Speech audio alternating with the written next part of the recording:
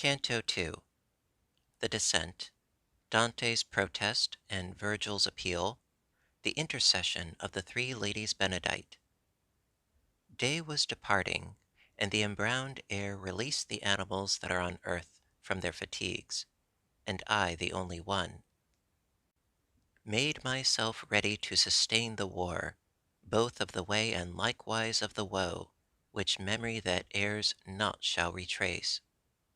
O Muses, O high genius, now assist me. O memory, that didst write down what I saw, here thy nobility shall be manifest. And I began. Poet who guidest me, regard my manhood, if it be sufficient, ere to the arduous pass thou dost confide me. Thou sayest that of Silvius the parent, while yet corruptible unto the world, immortal went, and was there bodily. But if the adversary of all evil was courteous, thinking of the high effect that issue would from him, and who, and what, to men of intellect unmeet it seems not, for he was of great Rome, and of her empire, in the imperial heaven as father chosen, the which and what, wishing to speak the truth, were established as the holy place wherein sits the successor of the greatest Peter. Upon this journey, whence thou givest him vaunt, things did he hear, which the occasion were both of his victory and the papal mantle. Thither went afterwards the chosen vessel, to bring back comfort thence unto that faith, which of salvation's way is the beginning. But I, why thither come, or who concedes it? I not Aeneas am, I am not Paul, nor I nor others think me worthy of it. Therefore, if I resign myself to come, I fear the coming may be ill advised. Thou art wise, and knowest better than I speak. And as he is, who unwills what he willed, and by new thoughts doth his intention change, so that from his design he quite withdraws, such I became upon that dark hillside, because in thinking I consumed the emprise, which was so very prompt in the beginning.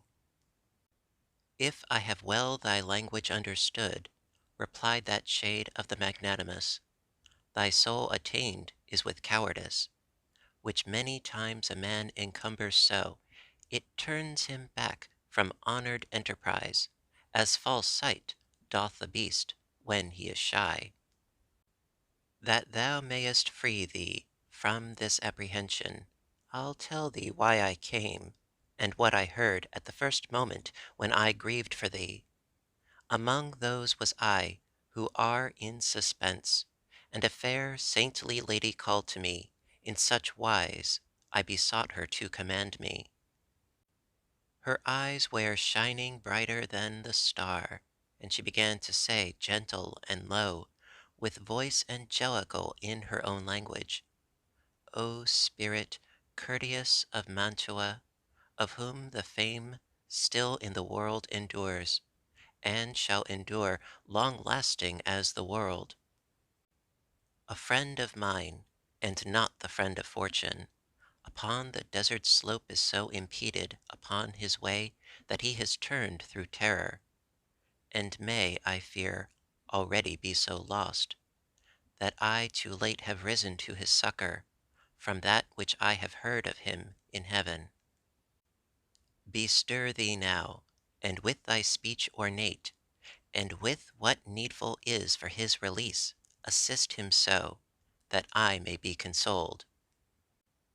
Beatrice am I, who do bid thee go. I come from there, where I would fain return. Love moved me, which compelleth me to speak. When I shall be in presence of my Lord, full often will I praise thee unto him.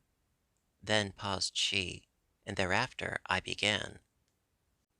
O Lady of Virtue, thou alone through whom the human race exceedeth all contained within the heaven that has the lesser circles, So grateful unto me is thy commandment to obey. If 'twere already done, were late, no farther needest thou ope to me thy wish. But the cause tell me why thou dost not shun the here descending down into this centre, from the vast place thou burnest to return to. Since thou wouldest fain so inwardly discern, briefly will I relate, she answered me, why I am not afraid to enter here. Of those things only should one be afraid, which have the power of doing others harm. Of the rest, no, because they are not fearful. God in his mercy such created me, that misery of yours attains me not, nor any flame assails me of this burning. A gentle lady is in heaven, who grieves at this impediment to which I send thee, so that stern judgment there above is broken. In her entreaty she besought Lucia, and said, thy faithful one now stands in need of thee, and unto thee I recommend him. Lucia, foe of all that cruel is, hastened away, and came unto the place where I was sitting with the ancient Rachel. Beatrice, said she, the true praise of God, why succourest thou not him who loved thee so? For thee he issued from the vulgar herd.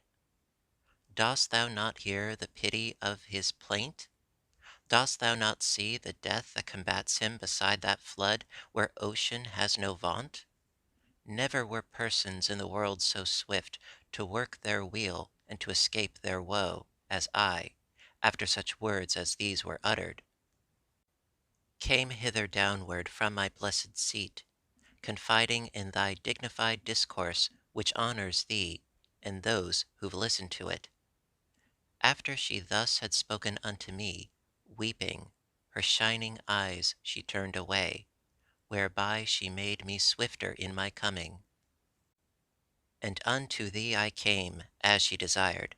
I have delivered thee from that wild beast, which barred the beautiful mountain's short ascent. What is it then? Why dost thou delay? Why is such baseness bedded in thy heart? Daring and hardihood, why hast thou not? Seeing that three such ladies Benedight are caring for thee in the court of heaven, and so much good my speech doth promise thee, even as the flowerets by nocturnal chill, bowed down and closed when the sun whitens them, uplift themselves all open on their stems.